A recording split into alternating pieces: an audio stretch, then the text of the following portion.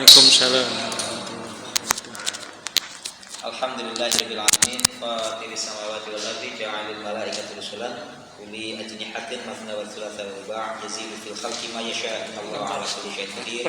Asyhadu an la ilaha illallah wahdahu la syarika lah wa asyhadu anna Muhammadan 'abduhu wa rasuluhu la nabiyya ba'da.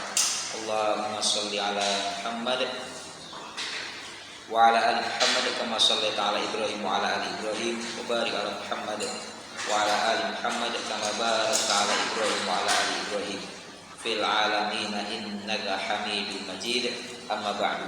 Fa ya ibadallah, usikum wa iyaya nafsi taqwallahi wa ta'atihi faqad fazal muttaqun. Qala Allah ta'ala fil Qur'anil Karim, a'udzu billahi minasyaitonir rajim. Bismillahirrahmanirrahim. Walan tardu 'anka al-yahud wa lan nasara hatta tattabi'a millatahum. Qul inna hudallahi huwal huda wa la in ittaba'ta ahwa'ahum ba'da alladhi ja'aka minal 'ilmi ma laka minallahi min waliyyin wa la nasirin. Shadaqallahul 'azim wa shadaqa rasulul karim. Bapak-bapak yang ibu-ibu yang Allah, mari kita awal terlebih dahulu kajian kita pada pertanyaan ini dengan bersama-sama membaca basmalah. Bismillahirrahmanirrahim. Alhamdulillahirobbilalamin, kita bisa berkumpul di masjid yang berkah ini dalam kajian rutin. Mudah-mudahan rawuh kula panjenengan duduk-duduknya kita di masjid ini menjadi duduk yang bernilai pahala di sisi Allah, mampu meringankan hisab kita kelak di hadapan Allah. Yang kedua, bapak-bapak, saya izin dan mohon maaf menyampaikan terima kasih atas bantuan, doa, dukungan bapak-bapak, termasuk kemarin yang bapak-bapak ada yang belanja durian ke pondok kami dan sebagainya gitu Pak ya. Insyaallah keuntungan bersihnya semuanya dimasukkan untuk operasional pondok, dan alhamdulillah asrama yang terbaru yang dibangun sudah selesai 99%, tinggal masangin lampu-lampunya Pak. Daya tampung di pondok insyaallah sudah mencapai bisa untuk menampung 70 santri mukim, dan kita menggunakan kurikulum KMI Gontor yang alhamdulillah sudah diakomodasi oleh pemerintah melalui Undang-Undang Pesantren nomor 20 tahun 2019. Dan karena itu Pak, insya Allah seluruh golongan boleh masuk, mau dari Nahdliyin, mau dari Muhammadiyah, mau dari Salafi, mau dari yang penting Muslim, semuanya boleh masuk. Cuma kalau sudah di dalam, bapak-bapak ibu yang dirahmati Allah, bendera organisasinya harus copot semua gitu. Karena itu kemarin ada yang daftar ke pondok pakai peci ada tulisan organisasi, kami mohon diganti dulu. Bahkan santri-santri kami yang berlatih tapak suci, kalau di luar pondok itu kan tapak suci di sininya ada Putra Muhammadiyah, kalau di pondok kita ganti Putra Darussalam gitu. Dan alhamdulillah terakomodasiannya untuk kita mengajarkan ukhuwah di antara santri-santri kita, bahwasanya al-Islam ya'lu wa la yu'la alaih. Islam itu di atas dan tidak ada yang berada di atasnya lagi. Nah, gitu Pak. Jadi mau dari ormas apapun boleh masuk, semuanya bersaudara, semuanya dibingkai dalam ukhuwah Islamnya. Di samping itu bapak-bapak ibu yang dirahmati Allah, insyaallah nanti kita juga mengajarkan hafid, kemudian entrepreneurship, juga penguasaan bahasa bilingual, bahasa Inggris, bahasa Arab. Juga kalau bapak-bapak ibu ada yang kerabat, tetangga, putra-putranya yang mungkin kurang mampu bisa dipondokkan ke tempat kami. Insyaallah kami sediakan beasiswa full yatim du'afa. Karena itu salah satu caranya Pak, kita hidupkan unit usaha termasuk jualan durian kemarin. Nah, gitu. Jadi insyaallah makanya slogan kita kemarin Pak, slogan yang saya berikan kepada panjenengan, panjenengan belanja sekaligus dapat pahala berinfak beramal Pak. Nah, gitu. Karena insyaallah 100% keuntungannya kita gunakan untuk operasional pondok, termasuk mensubsidi, membiayai santri-santri kita yang ada di sana. Dan alhamdulillah di pondok seluruh santri-santri kita gratiskan sampai hari ini. Jadi warga sekitar dari 2 dusun itu, bapaknya, ibunya, anak-anaknya, alhamdulillah hampir 80% ngaji ke pondok kita, semuanya kita gratiskan. Dari mana operasionalnya? Salah satunya dari bantuan bapak-bapak, ibu-ibu, ada yang bantu doa, ada yang bantu materi. Kami ucapkan jazakumullah khairan katsiran, mudah-mudahan jadi amal soleh yang bernilai pahala di sisi Allah, juga menjadi penyebab dibukanya pintu keberkahan bagi panjenengan semuanya dunia ini dan demikian. Bapak-bapak ibu yang dirahmati Allah, seperti yang kita bahas kemarin di grup. Insya Allah kita akan membahas surat Al-Baqarah ayat 120. Surat Al-Baqarah ayat 120 ini berbunyi walaqad wa'akal yahudu wa lan nasara hatta tattabi'a millatahum. Dan orang-orang Yahudi serta orang-orang Nasrani tidak akan pernah ridho kepadamu sampai kau mengikuti milah mereka. Sebenarnya ayat ini Pak didahului dengan dua ayat berikutnya. Wa qala alladziina la ya'lamuna laula yukallimunallahu aw ta'tina ayah. Orang-orang kafir Arab itu mengatakan laula yukallimunallahu aw ta'tina ayah. Kenapa Allah itu kok tidak ngomong langsung kepada kita tentang kenabian wahai Muhammad? Au ta'tina ayah, au datang kepada kita tanda-tanda bahwasanya memang kamu betul-betul nabi yang diutus oleh Allah.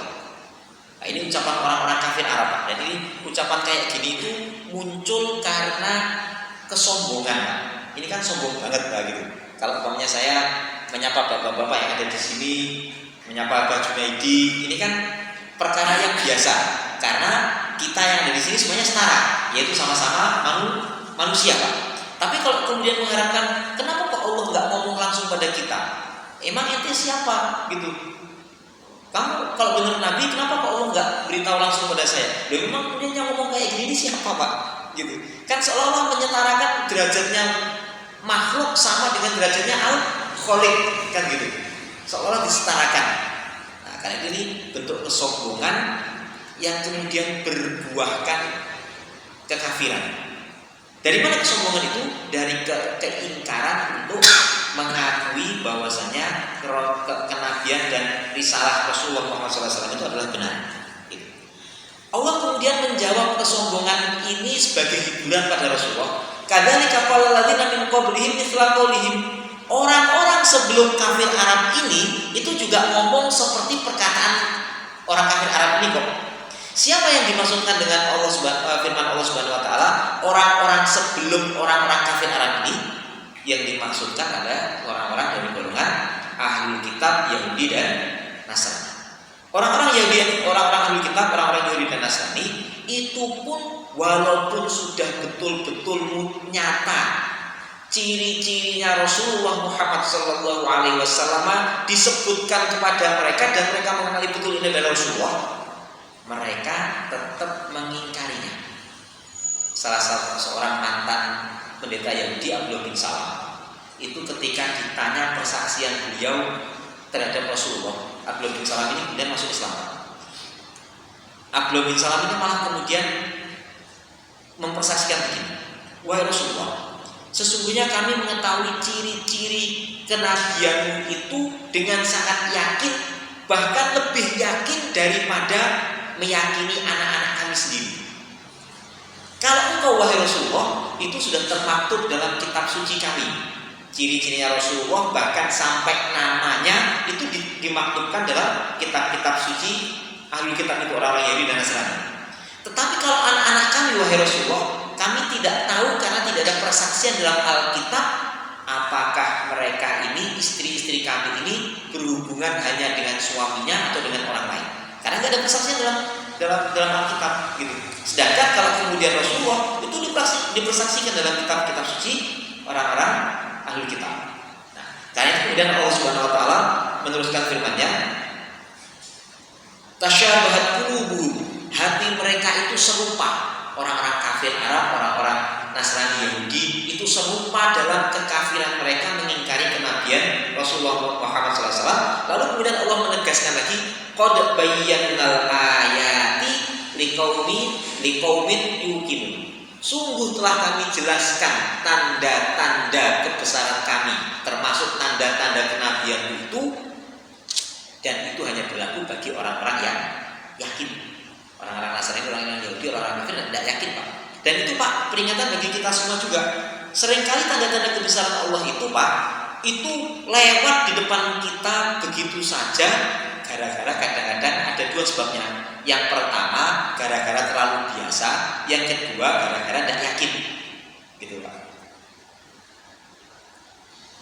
Profesor Quraisyihab dalam tafsir Al-Misbah, beliau itu sempat pernah mengatakan kebiasaan itu mereduksi keajaiban, gitu Pak. Salah satu contohnya itu begini, Kisahnya Ashabul Kahfi, tidur 309 tahun di gua, lalu kemudian tiba-tiba terbangun dalam keadaan serupa seolah-olah mereka itu hanya tertidur sehari atau setengah hari saja. Itu kalau kemudian disaksikan oleh manusia, siapapun itu pasti menyatakan ini adalah bentuk keajaiban, kan gitu Pak ya, yang menakjubkan lah ini. Tapi Allah berfirman dalam kisah Ashabul Kahfi itu, ini peristiwa tanda-tanda kebenaran kami yang biasa saja. Kenapa kok demikian Pak? Orang tidur 309 tahun kalau kemudian terbangun dalam keadaan biasa saja, dalam keadaan seperti serupa seperti sebelum tidur, itu peristiwa yang tidak biasa bagi kita. Karena itu dianggap oleh manusia itu peristiwa yang menakjubkan, padahal bagi Allah itu peristiwa yang sangat mudah sekali. Ada peristiwa-peristiwa yang jauh lebih menakjubkan, tetapi saking biasanya kita hadapi, kemudian kita menganggap itu perkara biasa saja. Kita duduk di masjid ini Pak, itu tanda kekuasaan Allah yang sangat agung Pak. Apa itu? Adanya gravitasi, gitu Pak. Kalau nggak ada gravitasi, bumi sama bulan tubuhan, bulan lalu kemudian bertabrakan semua itu sih benda-benda langit itu Pak. Dan itu lebih besar, lebih dahsyat daripada hanya sekedar tertidur 309 tahun lalu kemudian bangun saja, gitu Pak. Belum lagi, gak usah jauh-jauh lagi kondisi badan kita, kuku yang tumbuh sendiri, jantung yang berdetak sendiri, nafas yang bahkan tidak terhenti ketika kita dalam keadaan tidak sadar tertidur Pak. Itu semuanya tanda-tanda kekuasaan Allah. Cuman karena itu sudah biasa kita lalui, akhirnya kebiasaan itu mereduksi keajaiban. Gitu. Sekali lagi, kebiasaan mereduksi keajaiban. Jangan sampai kemudian kita gara-gara saking terbiasa menjumpai nikmat-nikmat Allah, tanda-tanda kebiasaan Allah itu, kita kemudian berpindah menjadi golongan orang-orang yang tidak yakin. Orang-orang yang tidak yakin itu diyakinkan bagaimanapun juga tetap tidak akan bisa meyakinkan mereka. Gitu. Karena itu Allah kemudian menegaskan dalam ayat berikutnya, Inna arsalnaka bil haqqi basyiran wa nadhiran. Sesungguhnya kami mengutus wahai Muhammad dengan kebenaran.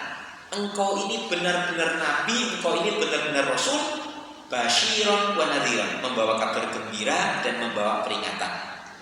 Dengan apa kabar gembiranya? Basyiran bil jannati wa nadhiran 'anil nar. Memberi kabar gembira dengan surga dan membawa peringatan dari neraka. Dan itu menjadi motivasi kita untuk beramal Pak.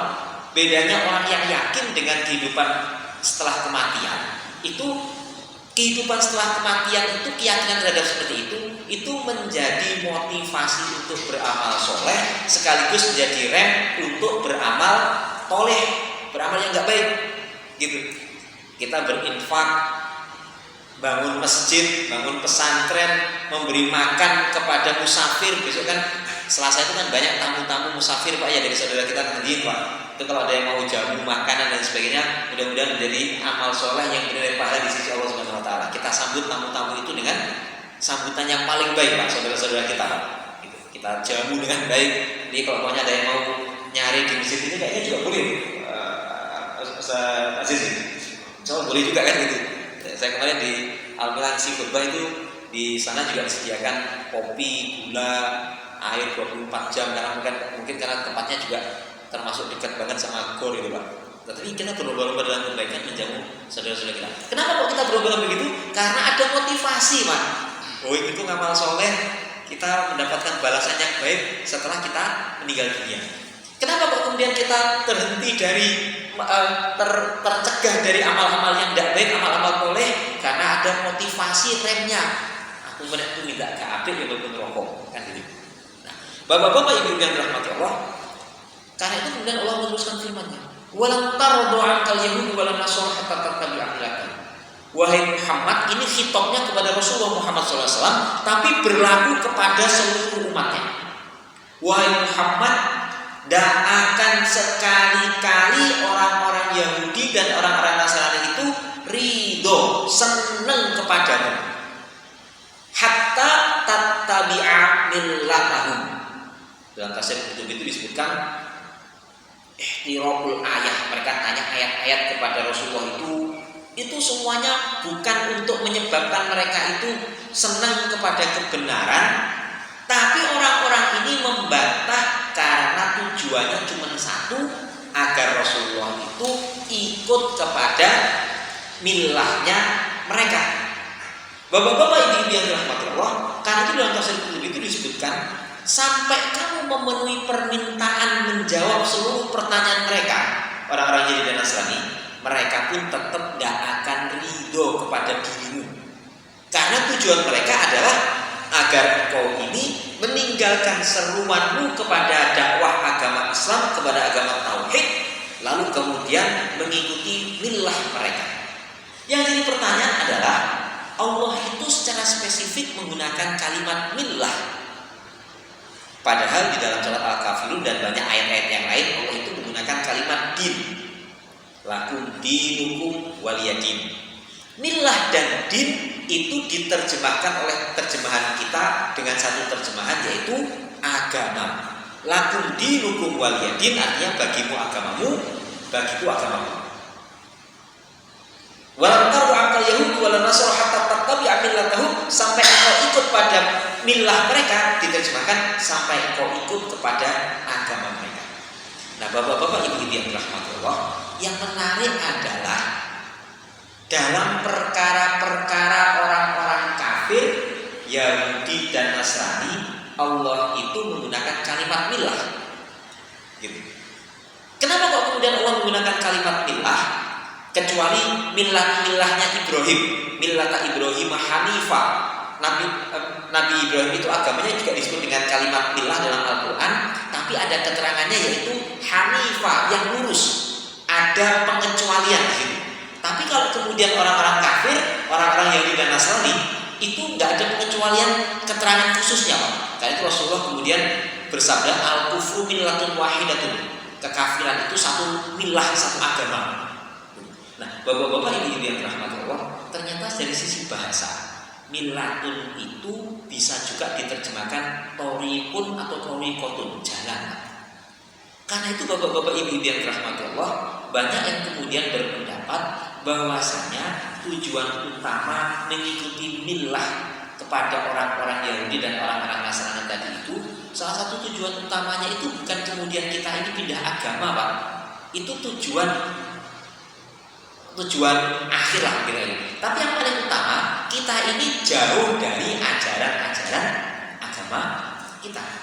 Karena itu bapak-bapak, ibu-ibu yang dirahmati Allah, dari peradaban-peradaban yang ada, dari gaya-gaya hidup yang ada, kita ini secara sedikit demi sedikit, kita ini digiring untuk kemudian menjauhi aturan-aturan agama kita, untuk kemudian mengikuti gaya hidupnya orang-orang non-muslim, orang-orang Yahudi dan orang-orang Nasrani.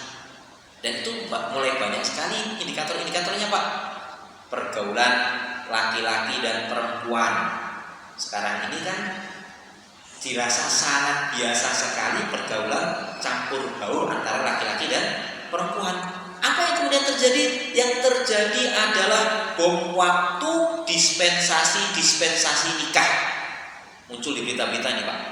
Ponorogo kemarin 464 kasus dispensasi nikah, kota lain juga demikian, Dispensasi nikah itu kan, menikah di Indonesia itu, Pak, ada batasan umur 19 tahun.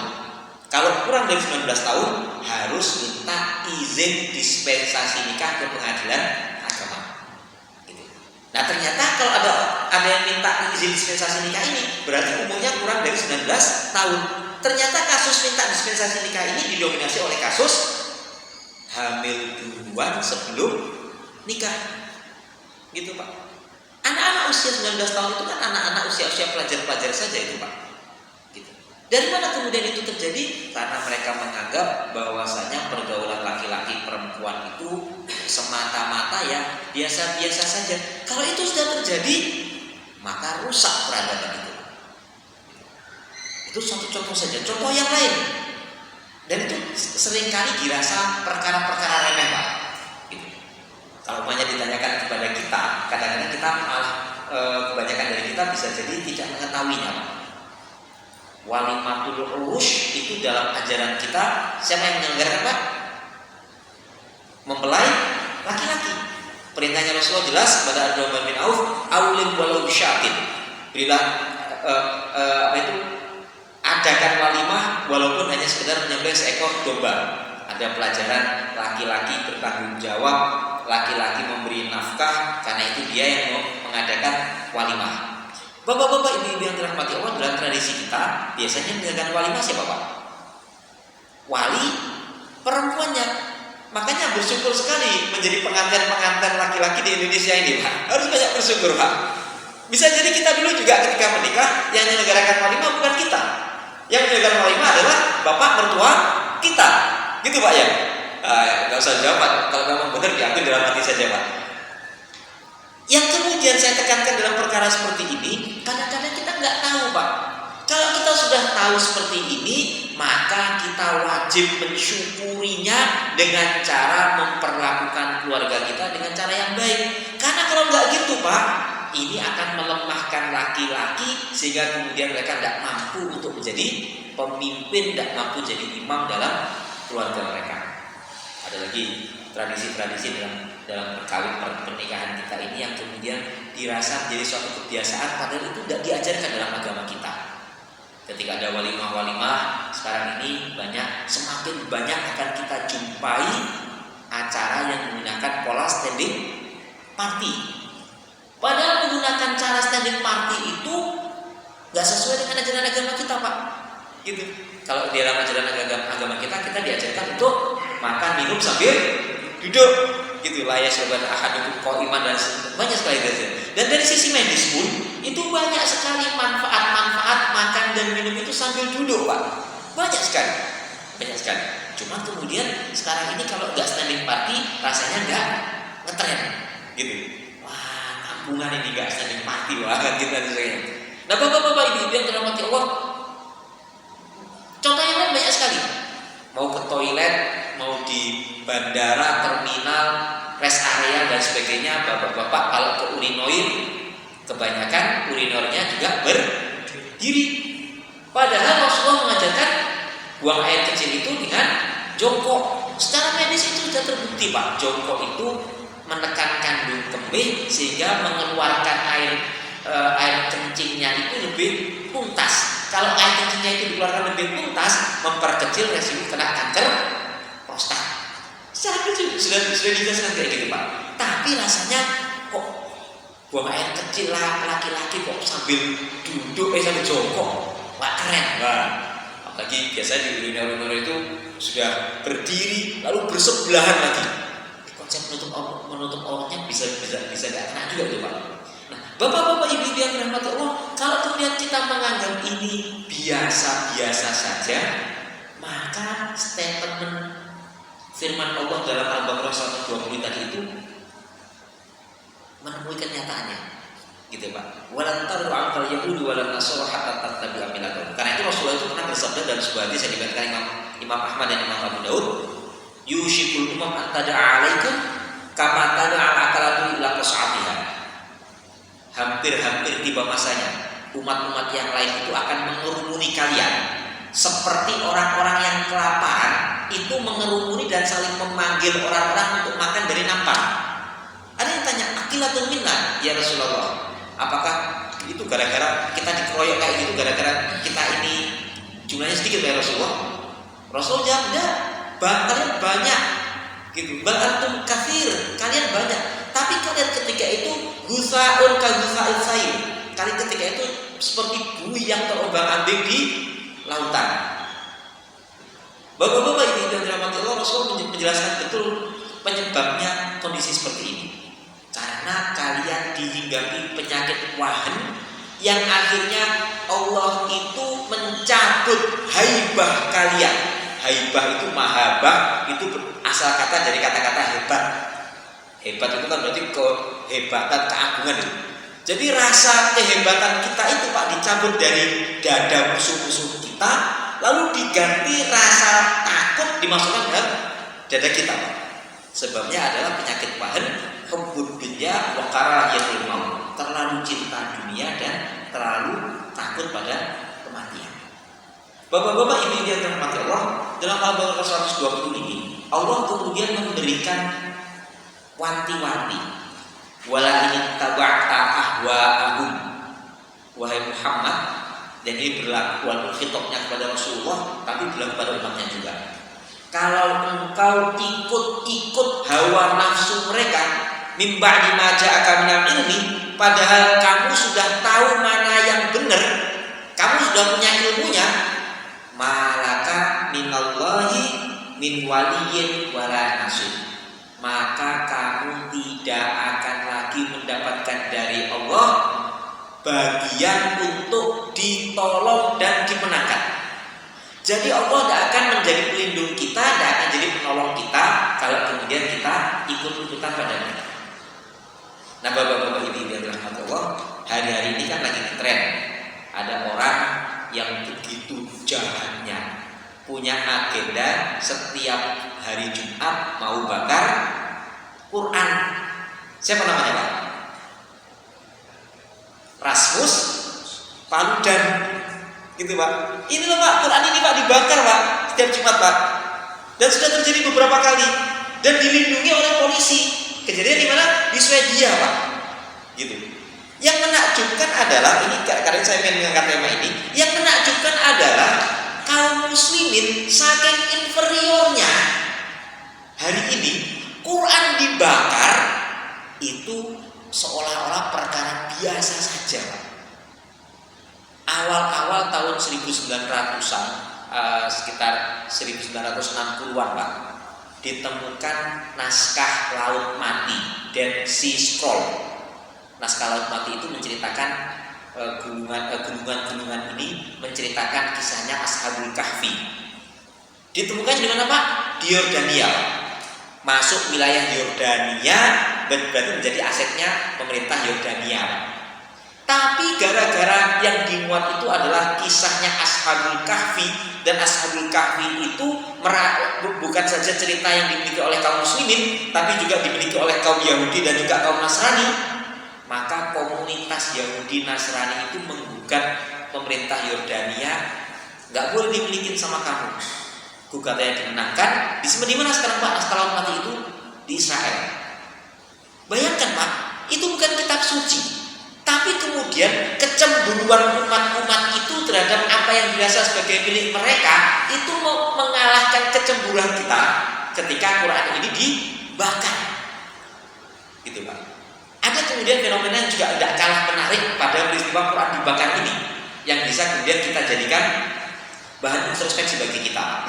Satu-satunya negara yang bereaksi sangat keras dan reaksinya menakutkan bagi orang-orang Barat itu cuma Turki. Kebetulan Swedia, tempat Quran ini dibakar dan polisinya melindungi si Rasmus Paludan tadi itu, dan juga Finlandia itu lagi mengajukan proposal untuk menjadi anggota NATO karena takut diserang sama Rusia kayak Ukraina. Dan kesepakatannya NATO, mereka bisa jadi anggota kalau seluruh anggota yang lain setuju. Seluruh anggota yang lain setuju, tinggal Turki Pak. Turki bilang, Finlandia oke, kamu nggak apa-apa, saya setujuin. Swedia nanti dulu, kamu kurang ajar ini, kamu melindungi teroris-teroris Kurdi, sekarang kamu berani bakar-bakar Quran. Itu presidennya si Turki, Pak Erdogan itu langsung bilang, jangan harap-harap kamu mendapatkan persetujuan kami. Apa yang terjadi Pak? Ketika kemudian presidennya bilang kayak gitu, Perdana Menterinya Swedia langsung kemudian komentar, bakar Quran besok lagi dilarang di negeri kami, gitu. Itu merupakan ekspresi kebebasan berbicara, tapi karena tidak menjamin keamanan yang ada, maka tetap akan dilarang. Bayangkan Pak, kenapa kok kemudian itu menggentarkan? Karena ada kekuatan di situ Pak. Karena itu bapak-bapak ibu dan rahmati Allah, saya mohon izin pada panjenengan, kita meneruskan menjelajah Quran. Kita mau menjelajah Quran itu memang enak banget Pak. Monggo kita buka surat Al-Imran ayat 137-38. Ini awal-awal peristiwa yang mengisahkan perang Uhud. Sampai 40 ayat berikutnya itu mengisahkan perang Uhud Pak. Allah berfirman dalam Al-Imran 137, qad khalat min qablikum sunanun fasiru fil ardi fanzuru kaifa kana aqibatul mukadzimin. Telah banyak pelajaran-pelajaran sebelum kamu, fasiru fil ardi, maka berjalanlah kamu ke muka bumi ini. Fanzuru kaifa kana aqibatul kadzibin. Dan lihatlah bagaimana akhir kesudahan orang-orang yang mendustakan ayat-ayatnya Allah. Hada bayanun linnasi. Allah kemudian menunjuk hada. Hada itu ini. Apa maksudnya ini? Ya ini. Hada Quran ini bayanun linnasi, merupakan petunjuk keterangan bagi siapa? Allah berfirman-Nya linnasi, bagi seluruh manusia. Jadi Quran ini petunjuk jalan hidup semuanya berlaku bagi manusia sebenarnya Pak. Hada bayanun linnasi wa hudan wa mau'izatun lil muttaqin. Tapi berlaku sebagai petunjuk dan mau'izah, nasihat hanya bagi orang-orang yang bertakwa saja. Setelah itu Allah menceritakan kisahnya perang Uhud. Perang Uhud itu Pak terjadi setelah perang Badar. Perang Badar itu perang yang gilang gemilang dimenangkan oleh Rasulullah. Tentara beliau cuma 314, dalam riwayat yang lain disebutkan 316. Ontanya cuma 70 ekor. Jadi mayoritas hampir 3/4-nya jalan kaki. Yang menunggang kuda cuma 1 orang, Miqdad bin Aswad saja Pak. Bayangkan dengan tentaranya orang-orang kaum kafir. Kaum kafir itu tentaranya 1000, setiap hari nyembelih 10 ekor onta, menunggang kudanya 300 orang Pak. Kalah segala-galanya. Tentaranya kaum muslimin ada yang nyeker, ada yang bahkan gak pakai baju, senjata seadanya saja. Tapi dengan tentara yang ala kadarnya ini, setelah itu orang-orang Islam ini kalah telak di perang Uhud. Kenapa kok kemudian bisa kalah telak di perang Uhud? Karena itu Allah berfirman mengawali 40 ayat berikutnya peristiwa perang Uhud itu dengan keterangan dalam surat 37, qad khalat min qablikum sunnah. Sebelum kalian ini sudah ada peristiwa-peristiwa. Fasiru fil ardi, pergi ke tempat-tempat di muka bumi ini untuk ambil pelajaran. Nah, Bapak-bapak Ibu yang dirahmati Allah, yang haji, yang umroh pasti biasanya ada tur ke Jabal Uhud, benar Pak ya? Seberangnya Jabal Uhud yang besar itu Pak, ada bukit nggak tinggi-tinggi banget, paling tingginya cuma 30-40 meter Pak. Nggak terlalu tinggi. Namanya Jabal Ar-Rumah, Bukit Pemanah. Itu kan ceritanya kekalahannya gara-gara Rasulullah itu menempatkan 50 orang pemanah di gunung kecil tadi itu, Jabal Rumah tadi itu, karena Rasulullah itu menyadari betul potensi untuk diserang dari jalan belakang. Akhirnya Rasulullah wanti-wanti, jangan tinggalkan tempatmu. Bahkan andai kami menang sekalipun atau kami disambar burung sekalipun, jangan tinggalkan tempatmu dan jagalah bagian belakang kami. Begitu melihat Rasulullah itu perang dan menang, orang-orang Islam itu kan kalau betul-betul lagi bertakwa betul kepada Allah Subhanahu wa taala, itu pasti tidak ada yang bisa kalahkan Pak itu. Itu betul. Ketika perang Uhud, mereka yang jumlahnya cuma 700 orang menghadapi 3000 orang. 3000 orang itu kocar-kacir Pak. Khalid bin Walid itu mempersaksikan, saya setiap kali perang menghadapi Rasulullah itu selalu nggak ada perasaan kecuali saya pasti kalah. Gitu. Nah, Khalid bin Walid nyerang terus dengan tentara berkudanya nggak bisa menang-menang. Akhirnya mereka lari dari gelanggang perang. Orang-orang kemudian ngambilin barang-barang apa itu? Barang-barang ghanimah, para pemanah ini kemudian turun. Kan gitu Pak. Nah itu direkam dalam surat Al-Imran juga ayat 192. Walaqad sadaqakumullahu wa'dahu id tahsunnahum bi'idznih. Allah telah membenarkan janjinya ketika kalian membunuh mereka dengan izinnya. Hatta idza fashiltum wa tanaza'tum, sampai kemudian kalian merasa lemah lalu kemudian tercerai-berai, saling bertikai fil amri, dalam perkara itu, yaitu perkara ghanimah tadi itu. Wa asaitum min ba'di ma arakum ma tuhibbun, lalu kemudian kalian bermaksiat kepada perintahnya Rasulullah setelah Allah itu memperlihatkan pada kalian harta benda yang kalian sukai. Minkum mayyuridud dunya wa minkum mayyuridul akhirah.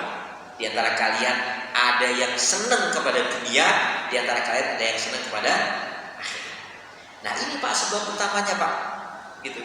Sebab utamanya kenapa kok kemudian kita ini menjadi inferior banget seperti ini? Karena perkara-perkara duniawi. Dari mana perkara-perkara duniawi itu kemudian menginfiltrasi kita? Dari gaya hidup yang ditiupkan oleh orang-orang non-muslim. Bagaimana kemudian caranya agar kita ini bisa melepaskan perkara-perkara seperti ini? Caranya sebenarnya gampang sekali, yaitu menjadikan Al-Quran ini sebagai pedoman, lalu kemudian belajar dari sejarah-sejarah yang sudah ada. Peristiwa Uhud itu kan bisa kita jadikan semacam roadmap. Apakah kita ini masih di fase Badar? Badar itu kan bulan madu menang gitu kan. Lalu kemudian kita ini lagi terpuruk seperti peristiwa Uhud. Lalu setelah peristiwa Uhud ada peristiwa Khandaq. Peristiwa Khandaq itu, lalu setelah peristiwa Khandaq ada perjanjian Hudaybiyah. Lalu kemudian setelah perjanjian Hudaybiyah itu ada penaklukan Mekah. Lalu setelah itu ada Jaisyul Usra dan sebagainya. Itu bisa kita jadikan roadmap gitu Pak. Kita jadikan bagaimana cara kita untuk meraih kejayaan. Prakteknya adalah kemudian kita ini memperkuat segala sendi kehidupan kita, termasuk juga memisahkan, mendikotomikan antara penguasaan ilmu itu seyogianya sudah tidak lagi kita lakukan. Ini ilmu agama, ini ilmu umum. Makanya saya suka mengikuti walaupun kadang-kadang nggak nyambung YouTube-nya Abah Junaidi ketika terangkan rumus matematika itu. Itu saya senang Pak. Kenapa demikian? Karena memang perkara-perkara seperti ini itu seringkali menjadi momok bagi umat ini, gitu. Kenapa itu kok menjadi momok? Karena kemudian ada pemisahan antara ilmu-ilmu tersebut. Dulu umat ini menjadi jaya karena mereka itu tidak memisahkan antara ilmu-ilmu yang mereka kuasai. Karena itu kita akan melihat Pak, Ibnu Rushd itu ahli filsafat, tapi juga kemudian dia menguasai fikih. Bahkan diriwayatkan juga dia ini mempunyai lembaran-lembaran yang ditulis dalam perkara-perkara pengobatan. Saya nggak bisa membayangkan betapa jeniusnya orang-orang seperti itu. Kita menguasai satu cabang ilmu saja itu susahnya bukan main. Ini orang-orang menguasai berbagai macam cabang keilmuan Pak. Gitu. Saking hebatnya mereka. Khalid bin Walid itu satu-satunya jenderal di dunia yang tidak pernah kalah dalam pertempurannya Pak. Jenderal manapun di dunia pernah kalah Pak. Mau Hannibal zaman dulu, mau Alexander the Great zaman dulu, mau yang zaman-zaman sekarang, siapa itu? Douglas MacArthur yang menang perang dunia kedua kemarin, Erwin Rommel dari Nazi dan sebagainya, semuanya pernah kalah. Hanya Khalid bin Walid satu-satunya jenderal yang tidak pernah kalah. Kenapa demikian? Sekali lagi karena kemudian ada integrasi kehidupan mereka antara kehidupan dunia dan kehidupan akhirat yang muaranya itu semuanya untuk menuju kepada ridhonya Allah Subhanahu wa taala. Kita mulai dari sekarang Pak. Kita mulai dari sekarang bahwasanya kita hidup di dunia ini integratif antara kehidupan dunia kita dan kehidupan akhirat kita. Yang mungkin pondok pesantren seperti saya Pak, itu ilmu-ilmu dunia, ilmu agama itu semuanya dipadukan jadi satu. Kenapa demikian? Agar kemudian nggak ketinggalan. Saya kemarin berdiskusi dengan satu teman. Di antara universitas terkemuka di dunia itu ada nama-nama Harvard dan Oxford. Pernah dengar nama ini Pak ya? Harvard University, Oxford University. Pasti kalian tahu, Harvard dan Oxford itu dulunya seminari, sekolah agama untuk mengajarkan dai-dai agama Kristen, agama Nasrani ke seluruh dunia. Lalu kemudian mereka merasa ini tidak cukup, akhirnya ditambahkan ilmu-ilmu eksak, ilmu-ilmu dunia kepada mereka. Beberapa ratus kemudian mereka menjadi universitas yang unggulan di dunia ini. Sementara kita Pak, ilmu-ilmu eksak itu seringkali, ilmu-ilmu dunia itu seringkali kita buang Pak. Turki Utsmani, Abbasiyah itu menjadi kalah ketika mereka kemudian membuang ilmu-ilmu dunia ini. Ketika kemudian mereka menguasai ilmu-ilmu dunia dibarengi dengan konsep ketauhidan, Turki sekarang sekali ngomong kami jangan harap dapat persetujuan kami lagi, itu Swedia langsung bentar itu Pak. Bapak-bapak ibu yang berkenan, mohon maaf ngobrolnya ngelantur kemana-mana Pak. Tapi mudah-mudahan ini menjadi kontemplasi bagi kita semuanya.